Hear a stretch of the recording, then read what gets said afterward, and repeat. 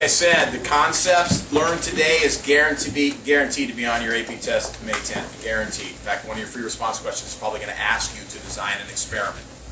Okay, so what we learned today is extremely important. So I got this new pill. Makes you smarter. Okay, well, why can't I just go out there, find the people who took the pill, find out what their IQ is, and you know what? I find out that the people that took the pill have higher IQs. Now, well, first of all, what kind of analysis is that? That's an observation. Observational study.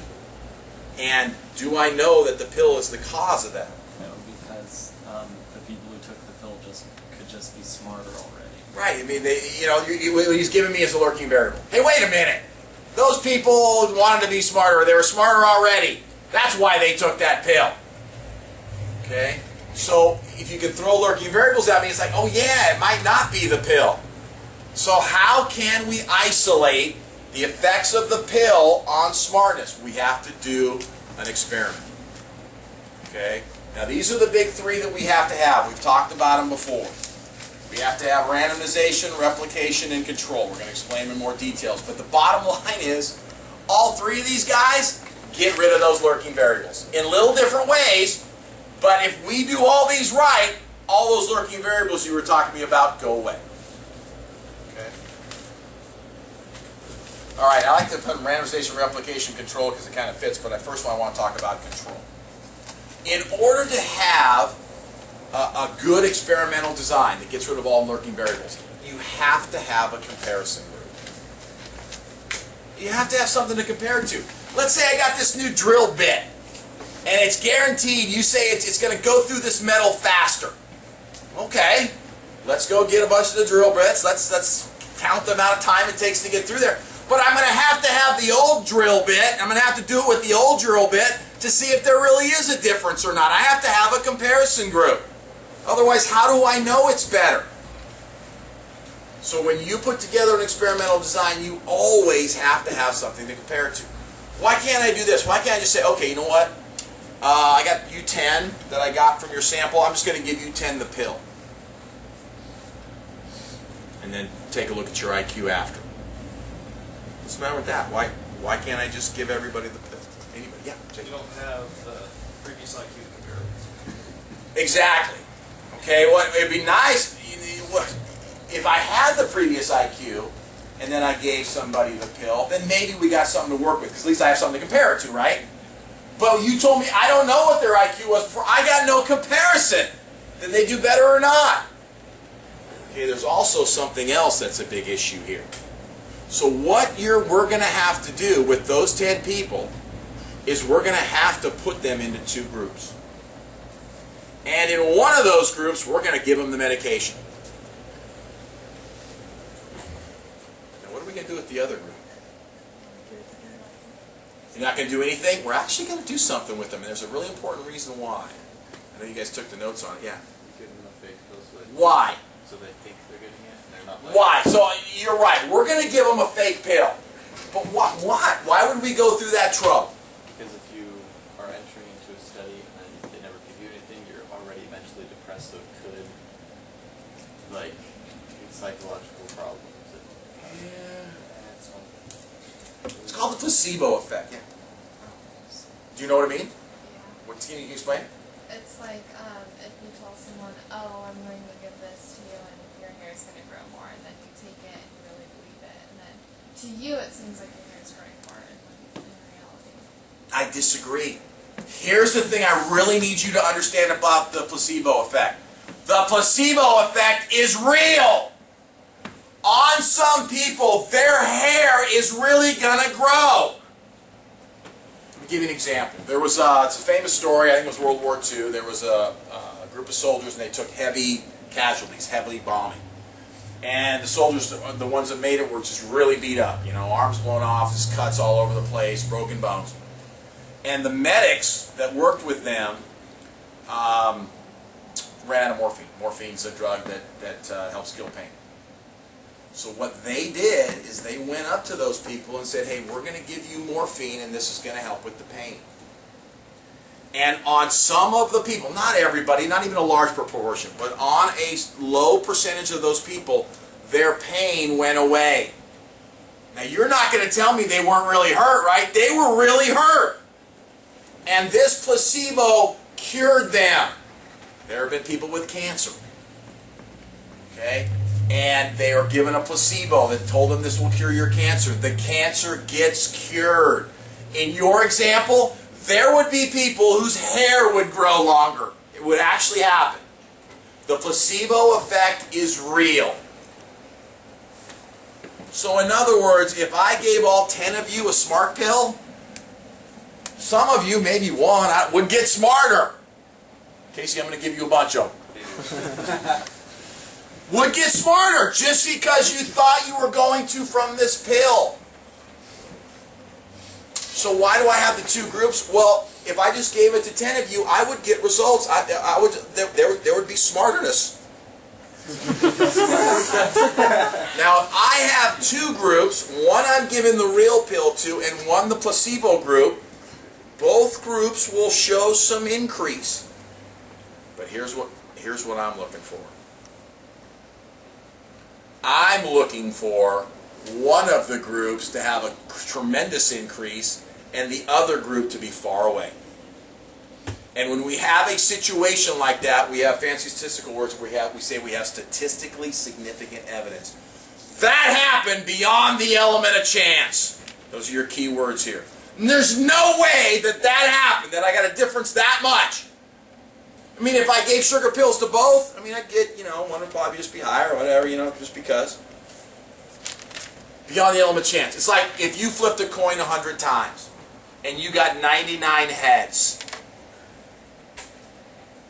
There's something wrong with that coin. That is beyond the element of chance. But if I got like 55 heads or 54 heads, would that be within? I know I'm supposed to get 50 out of 100, right? But I could get 54. That's within the element of chance. Okay? So when we go do the IQ scores at the end, and I have the treatment group, the ones getting the smart pills, are beyond the element of chance, higher IQs than the other ones, then I know it was the pill. I think you're first. What makes the placebo effect work on some people but not all people? That's a great question, and there's no answer to that. That's a great question. But it's real. In other words, I don't want you saying, oh, that's all in their mind, or they think their hair. It grew! On some people, their hair is going to grow! Is there an equation to find the number of, or were you just saying like the number of reasonable, if you got like... Yeah, so I think the question, are you saying how do I know if it's significant or not, beyond the element of chance? 63 heads. Yeah, there is a number, and that's where we spend almost a month working the math part of this. So now we're just getting the structure of how it works, and at the end we'll figure out, well, what is beyond the element of chance? Okay? So that's what we're looking for down the road. So whenever you have... Now, if I just gave you 10 a pill, that's an experiment. Right? Am I not imposing a treatment on you? Am I not making you do something? But it's not a good experimental design, and it's not going to get rid of any lurking variables. Okay? All right, so you got to have control. All right, you also have to have randomization. Okay? Once I get my 10 people, now I already had some randomization, right? I randomly picked those 10. But now I need to make sure I randomly put them into the various groups. I'm going to have two groups here. One's going to actually get the pill, one's going to get a placebo, and I have to make sure that was done randomly. Why? Why is that important? You don't have any bias. What kind of bias could come up? What could you, if I didn't do it randomly? Let's say I picked. Yesterday, if I'd have picked the people that got half homework, I wouldn't have picked you guys. Yeah. Would it be because, hold up, reset the question one more time. I got some pills over here. If you want. What do you got? Somebody else? You could put Got it? Can you reset it? I forgot the question. I got to take those pills. Why do I want to make sure that they're randomly put into those groups? Because if you give like a pill to like someone that's not as smart, and then you give like the placebo to someone that's smarter, like if they're like not as smart person's IQ jumps, like Okay, if you were doing kind of a before-after thing, you could look at the amount of jump and it would be better. I'll give you another example. Let's say you're not doing before-after. I made this pill. I made it. This is my pill. I'm going to be a gazillionaire if this works. I'm going to maybe put some smarter people up here. You know, if I'm just looking at their IQs afterwards, not a before-after. Yours was good. If it's before-after, I'd want the biggest jump. But if I was just looking at the IQ score at the end, I just want to make sure I got some smarter people in there to start with. That's why you have to do a great job of explaining exactly how you're doing the randomization. Nobody can shoot holes through how you did this. Now here's the goal. If this is completely randomly done, the goal is, before I give them their treatments, these group of people are pretty much alike. Use the big fancy word homogeneous. They're alike. I got the kind of the same smartness in both group and maybe the same ages. And what does that is a randomly designed, random choosing of which group you go into. There's a famous story about a guy who had a new heart procedure. Okay, that was better than the old heart procedure. Okay, so he's going to run an experiment. Yeah, his experiment was he made sure that the people that were healthier got into his particular one, and the people that he knew weren't quite as healthy, he sent them off to the old treatment. Well, of course he looked better because he didn't randomly choose the patients as they came in. Okay, so the whole point of randomness is we want to hope that these treatment groups are homogeneous to start. So you can't say, oh, you just put the smarter people in that group. Or if you're doing before after like Casey, oh, you just put the dumber people in that group so they show bigger growth. No, it was done completely randomly, and those groups ended up homogeneous, very much alike. Okay, so don't even come at me with those lurking variables. All right, the last thing that you've got to have is something called replication. And what replication means is I want to get as many people into this as I can. Why? Why would I like as many people into these groups as I can get? To show it's not like a fluke on one, like a smaller group of people, so it's like a fight. Let's say there was only 5 and 5. 5 is, 10 is not a great starting sample size. Even if I do the randomization great, could I just by chance kind of get 4 smarter people here and only 2 smarter people? I mean, I don't have that many, even if I do randomization perfectly. These groups are apt to be heterogeneous, different. But what if I can get a ton of people in these groups completely randomly? Then they're going to come out much more alike. Okay? So we want to take the chance, even if I do it perfectly by chance, I'm going to get some variation in these groups, but the more people I can get into them, the less chance variation I'm going to have, and the more homogeneous these groups will be. Okay? So those are the big 3 that you want. If you can get all 3 of them, and we end up like this, we got something. Okay? All right, let me introduce a couple of these other vocabulary words for you. Remember, I didn't talk about these. I'm not big on vocabulary. 2 years ago, question 1 in the free response was identify the factors and levels. I didn't even talk about it. The students came back and you were screaming and cussing at me. They were all mad. So you gotta, as I go through this vocabulary, just know it could come up at any time. All right, factors. You know, what are you studying? What are you looking at? In this particular case, it's a smart pill. Okay, we call that the factor. And then the level, okay, with that smart pill, how many levels? It's how many treatment groups you have. So in this particular example, there was 1 factor, the pill, and it had 2 levels to it. We're going to do it with all the medication and none of the medication. The book gives another example where there were 2 factors. I think they were looking at heart disease or something, and they were looking at beta-carotene and aspirin. So there were 2 different things they were looking at, as well as a placebo. So there were 2 factors, and then for each one of them, they had 2 different levels. They were going to do beta-carotene with the vitamin, beta-carotene without the, let's say vitamin, or I don't know. They're going to mix and match them. So each one of the factors had 2 different levels to it. Okay, so you have a couple of questions tonight on identifying what those are. Experimental units, what do you do in the experiment to? Now in this case, we're doing them to people. Okay, we're doing them to students at Elk Grove High School. When I was doing those drill bits, I was doing it on the metal. Okay, so it's called experimental units if it's not people. If it's people, I believe it's called individuals. All right, so when you're asked to design an experiment, okay, this is much like the old center shape spread outliers thing I made you do. It has to look a certain way. You have 2 problems tonight where they ask you to design an experiment. Anytime you are asked to design an experiment, Whether they ask you to or not, tonight they tell you to draw a diagram. I don't care. If they don't even tell you to draw a diagram, the first thing you're going to do is draw a diagram. It's just a sketch of what we're going to be looking at. Okay, I'm going to talk about this randomization here in a second. What are your treatment groups? And then what's your response variable? What are you going to be measuring at the end? And in this case, I just said you're going to compare the IQ results when they're done. So over here is your response variable. Okay, there's your explanatory variable.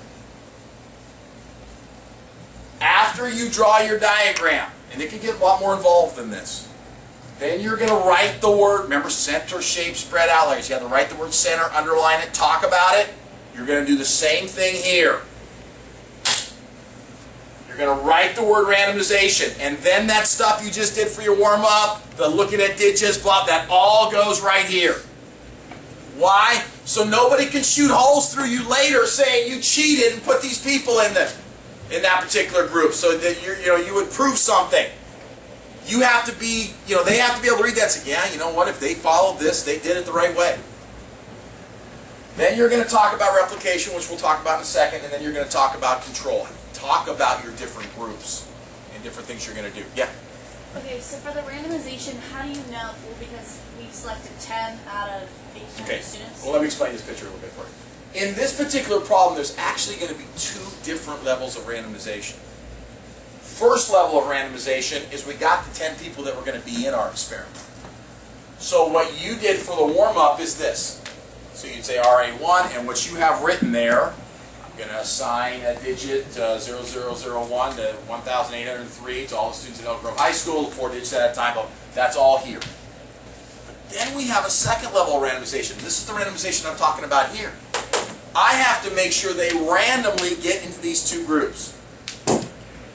How would you do that? Okay, so how are you, and you don't just say, I'll just randomly put them in. You've got to spell it out for me. There are 10 people, and I'm going to make you have to use the digits, random digits. So there's 10 people standing in front of you right now. How are you going to split these up? Yeah, what are you going to do? Give all of them a number, 0 to 9. Yeah, good. There's 10 of them, right? So we just do a single digit, go. And then, so 0 to 9, then you just look at one digit from the table at a time. Okay.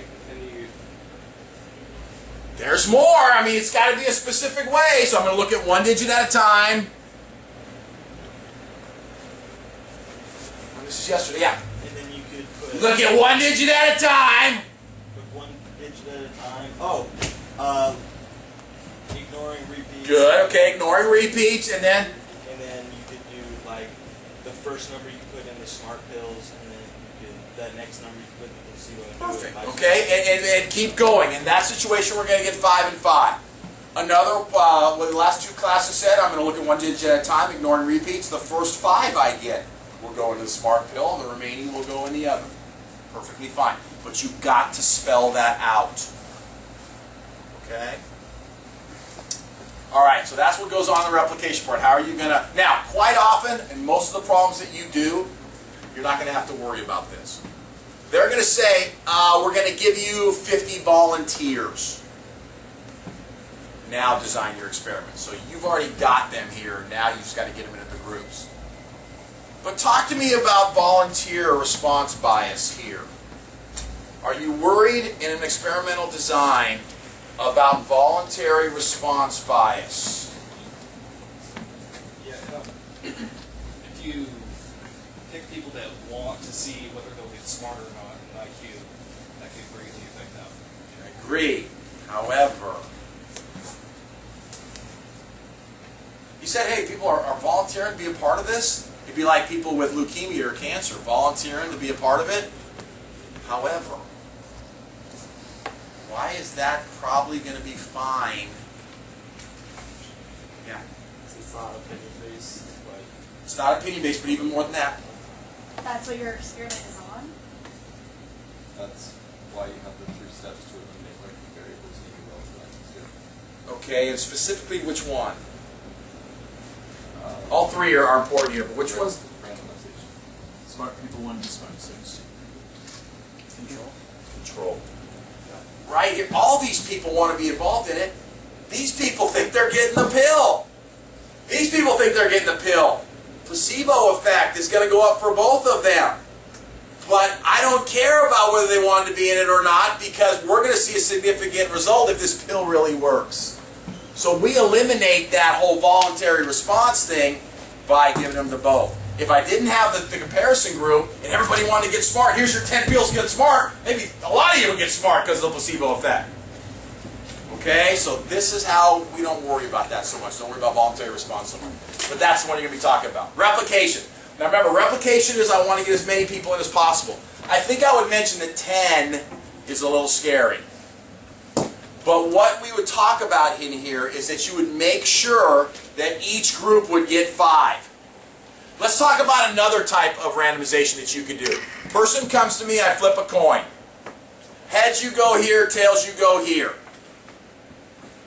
Any problems with that? You keep getting the same base on the... So what if I got 8 people up here and 2 people down here?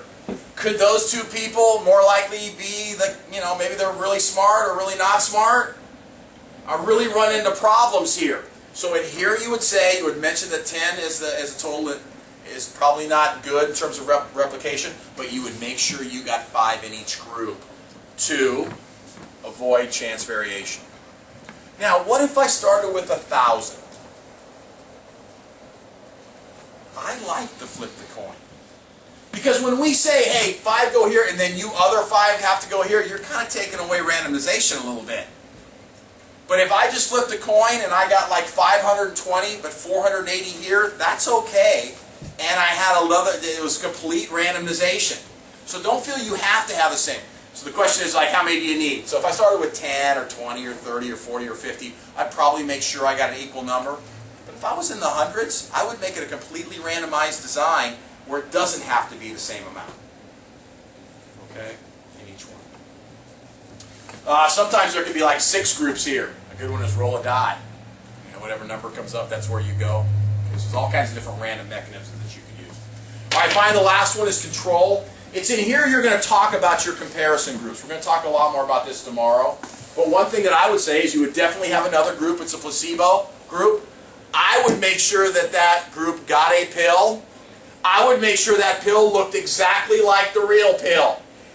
That's the kind of stuff you talk about in control. How are you going to make the groups? What are the groups, and how are the groups going to look the same? Yeah. Do you think that the placebo effect kind of goes down nowadays because it's common knowledge that only Is half it? the Is it common knowledge? I don't know.